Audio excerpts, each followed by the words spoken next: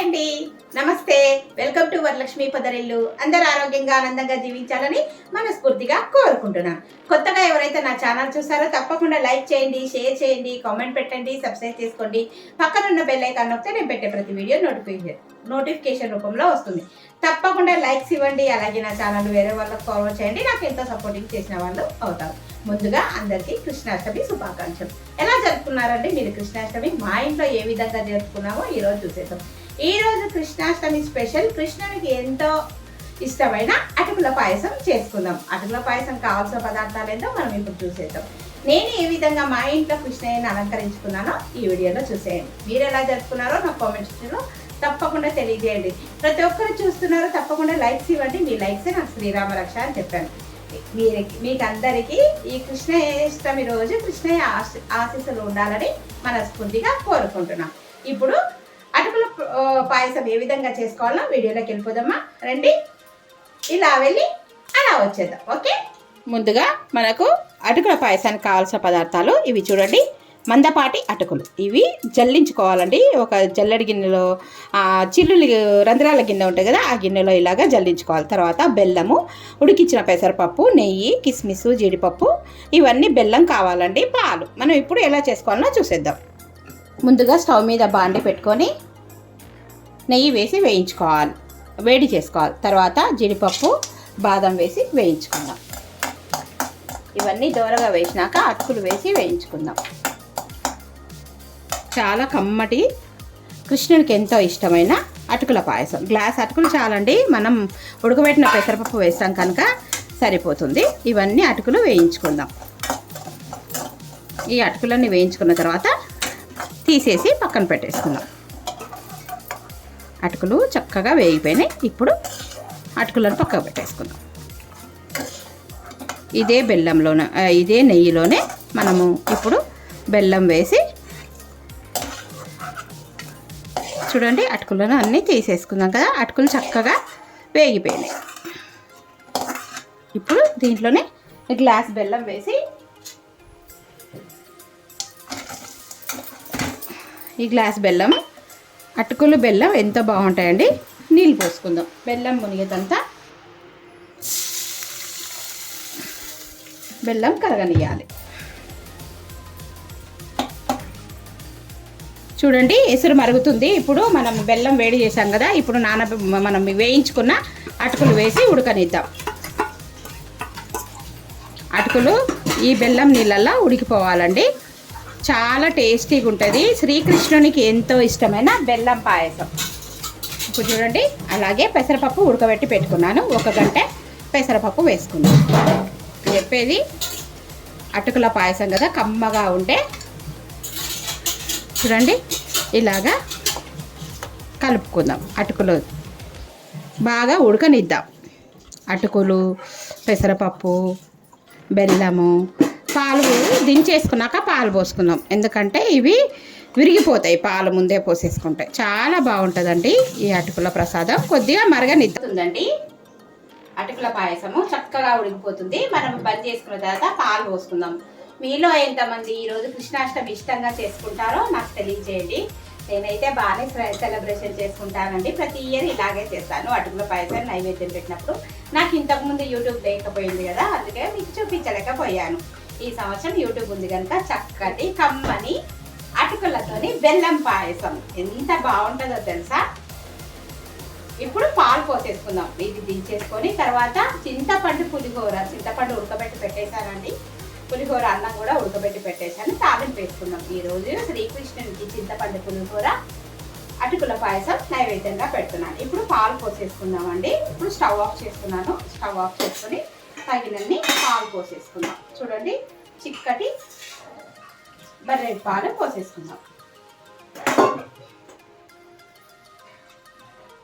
ఇది ఇప్పుడు ఇలాగే లూజ్గా ఉండాలండి. కొద్దిగా అయ్యేసరికి అటుకులు కదా, చల్లగా అయిపోయేసరికి గట్టి పడుతుంది.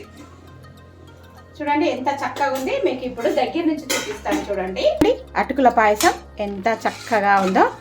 అటుకులు, పెసరపప్పు, బెల్లము భలే బాగుంటుందండి ఈ అటుకుల పాయసము. మీలో ఎంతమందికి ఇష్టమో నా కామెంట్ సెక్షన్లో తప్పకుండా తెలియజేయండి. ఇది ఇలాగే లూజ్గా ఉండాలి, ఎందుకంటే చల్లగా అయ్యే వరకు గట్టిగా అవుతుంది అన్నట్టు. ఇప్పుడు మనం పులిహోర కలిపేసుకుందాము. అన్ని నైవేద్యాలు చేసుకున్నాక స్వామివారిని డెకరేషన్ చేసుకుని అప్పుడు నైవేద్యాలు పెట్టేసి కొబ్బరికాయ కొట్టేసుకుందాం. ఓకేనా? ఈ అటుకుల పాయసంలో కొద్దిగా కొబ్బరి పొడి వేసుకుంటే కమ్మగా ఉంటుందండి. నేను మర్చిపోయాను కొబ్బరి పొడి వేయడం. ఇప్పుడు వేసుకుందాం. ఎండే కొబ్బరి పొడి అయినా వేసుకోవచ్చు, లేదంటే పచ్చి కొబ్బరి పొడి అయినా వేసుకోవచ్చు. నేను కొద్దిగా ఎండే కొబ్బరి పొడి వేస్తున్నాను. చాలా కమ్మగా టేస్టీగా చాలా బాగుంటుంది. వేడి మీదనే ఉంది. ఒకసారి కలిపేసుకుందాం.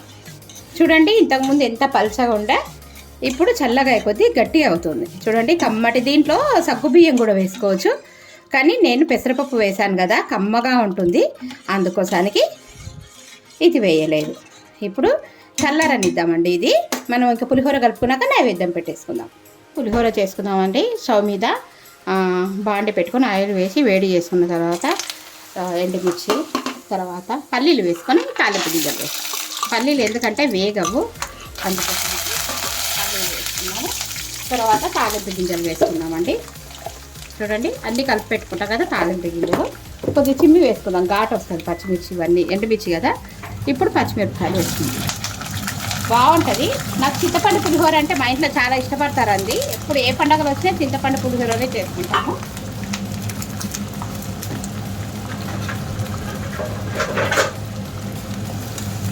ఇవన్నీ కలిపేసుకుందాం, బాగా వేయించుకుందాం ఇవన్నీ. ఇప్పుడు ఇవన్నీ వేగిపోయినాయి కదా, పల్లీలు, పచ్చిమిరపకాయలు, చింతపండు ఉడకబెట్టి పెట్టుకున్న ఈ పులుసు పేస్ట్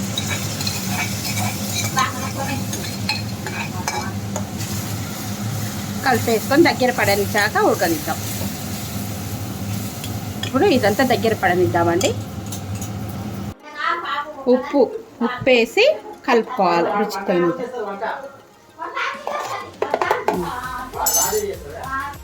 చూడండి, మంచి వాసన వస్తుంది. రెడీ అయిపోయింది. ఇప్పుడు అన్నంలో కలిపేసుకుందాం పులిహోర. ఇప్పుడు అన్నం వేడి అన్నంలో ఈ చింతపండు పులిహోర వేసి కలుపుకుందాం. అన్నానికి తగినంత కలిపేసుకుందాం. చక్కగా కలిపేసుకుందామండి. చూడండి, వేడి టేస్టీ ప్రసాదం చింతపండు పులిహోర రెడీ అయింది. ఇప్పుడు దేవుణ్ణి అలంకరించుకుందాం. ప్రసాదాలన్నీ రెడీ అయిపోయినాయండి. ఇంకా దేవుడికి, కృష్ణునికి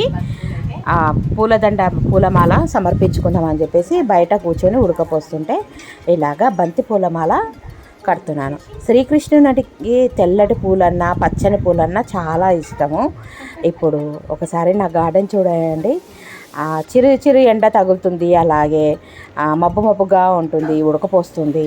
మీకందరికీ నా గార్డెన్ ఎంతో ఇష్టమని ఒకసారి చూపిస్తాను. చూడండి, చల్లగాలి ఏ విధంగా వేస్తుందో గలగలవని గంటలు కూడా సందడి చేస్తున్నాయి. ఇప్పుడు పూలన్నీ కుచ్చేసి శ్రీకృష్ణునికి మనము మాలగా సమర్పించుకుందాం.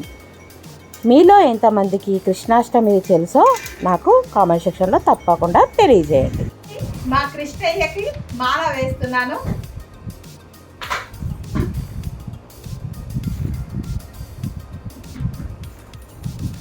అలాగే ఈయనకు తులసి దళాలంటే చాలా ఇష్టం కదా, తులసి దళాల మాల కూడా కట్టాను. ఇప్పుడు బంతి మాల వేసిన తర్వాత తులసి మాల కానీ కట్టానండి. శ్రీకృష్ణుడికి తులసి దళాలంటే చాలా ఇష్టం కదా, అందుకోసానికి ఈ విధంగా స్వామికి వారికి ఎంతో ఇష్టమైన తులసి దళాలను కూడా ఆయనకి దండగా మాలగా కుచ్చి వేస్తున్నాను. నేను ఇప్పుడు కృష్ణాష్టమి గురించి చెప్తూ ఉంటాను. మీలో ఎంతమందికి కృష్ణాష్టమి గురించి తెలుసో నాకు కామెంట్ సెక్షన్లో తప్పకుండా తెలియజేయండి. అలాగే నేను దేవుడికి పూలు వేస్తూ ఉంటాను, పూజ చేస్తూ ఉంటాను. ఇవన్నీ చూసుకుంటూ ఈరోజు కృష్ణాష్టమి గురించి మనం తెలుసుకుందాం. హిందూ పంచాంగం ప్రకారం ప్రతి ఏడాది శ్రావణ మాసంలో కృష్ణపక్షంలో వచ్చే అష్టమి తిథి నాడు శ్రీకృష్ణాష్టమి వేడుకలు జరుపుకుంటారు కదండి. ఈ పవిత్రమైన రోజున ప్రపంచవ్యాప్తంగా జన్మాష్టమి లేదా గోకులాష్టమి వేడుకలు ఎంతో ఉత్సాహంగా జరుపుకుంటాం కదా. మీలో ఎంతమంది ఇలాగ కృష్ణాష్టమి వేడుకలు జరుపుకుంటారో నా కామెంట్ సెక్షన్లో తప్పకుండా తెలియజేయండి. మా కృష్ణయ్య చూడండి ఎంత చక్కగా పచ్చటి పూలతోని గ్రీన్ కలర్లో అలాగే తులసిమాలతోనే అందంగా ముస్తాబై రెడీగా ఉన్నారు. ఒకసారి నేను నమస్కారం చేసుకుంటుంటే మా వారు ఫోటో తీస్తున్నాను. ఇప్పుడు కృష్ణయ్యకి ఇష్టమైన నేను పాయసం చేశాను కదా, అటుకుల పాయసం, ఆ పాయసాన్ని నైవేద్యంగా పెడుతున్నాను. అలాగే పులిహోర చేశాను కదా, పులిహోర నైవేద్యంగా పెడుతున్నాను. పాలు, పండ్లు ఇవన్నీ శ్రీకృష్ణునికి నైవేద్యంగా పెడుతున్నానండి. అలాగే పూజ చేస్తున్నాను. మనము ఈ రోజున ప్రపంచవ్యాప్తంగా జన్మాష్టమి లేదా గోకులాష్టమి వేడుకలు ఎంతో ఉత్సాహంగా జరుపుకుంటారు. హిందూ సాంప్రదాయంలో కృష్ణునికి ప్రత్యేకతే వేరు కదండి. తల్లులకు బాలకృష్ణునిగా, చిన్నవారికి చిలిపి కృష్ణునిగా, స్త్రీలకు గోపికా వల్లభునిగా, పెద్దలకు గీతాకారునిగా, ఇలా ప్రతి ఒక్కరి మదిలో ఏదో ఒక రూపాన కొలువై ఉంటాడు కదండి. మా ఇంట్లో ఈ విధంగా శ్రీకృష్ణుడు ఎంతో అందంగా కొలువై ఉన్నాడు. మీరు చూస్తున్నారు కదా, ప్రతి ఒక్కరూ తప్పకుండా లైక్ చేయండి. అందుకే కృష్ణుని జన్మదినం అంటే మన ఇంట్లో మనిషి పుట్టినరోజు అన్నంత ఘనంగా జరుపుకుంటాం. శ్రావణ బహుళ అష్టమి రోజున రోహిణి నక్షత్రంలో కృష్ణుడు జన్మించాడు. ఈ కృష్ణాష్టమి రోజున ఉదయాన్నే నిద్రలేచి అభ్యంగన స్నానం చేసి గుమ్మానికి తోరణాలు, గడపకు పసుపు కుంకుమలు, పూజ గదిలో ముగ్గులు అద్ది పూజకు సిద్ధం కావాలి. ఆ బాలకృష్ణుణ్ణి ఇంటికి ఆహ్వానిస్తూ ఇంటి బయట నుంచి లోపలి వరకు కృష్ణుని పాదాలను ముగ్గుతో వేయాలి. మధ్యాహ్నం 12 గంటలకు ఆరంభించి ఆనవాయితీ.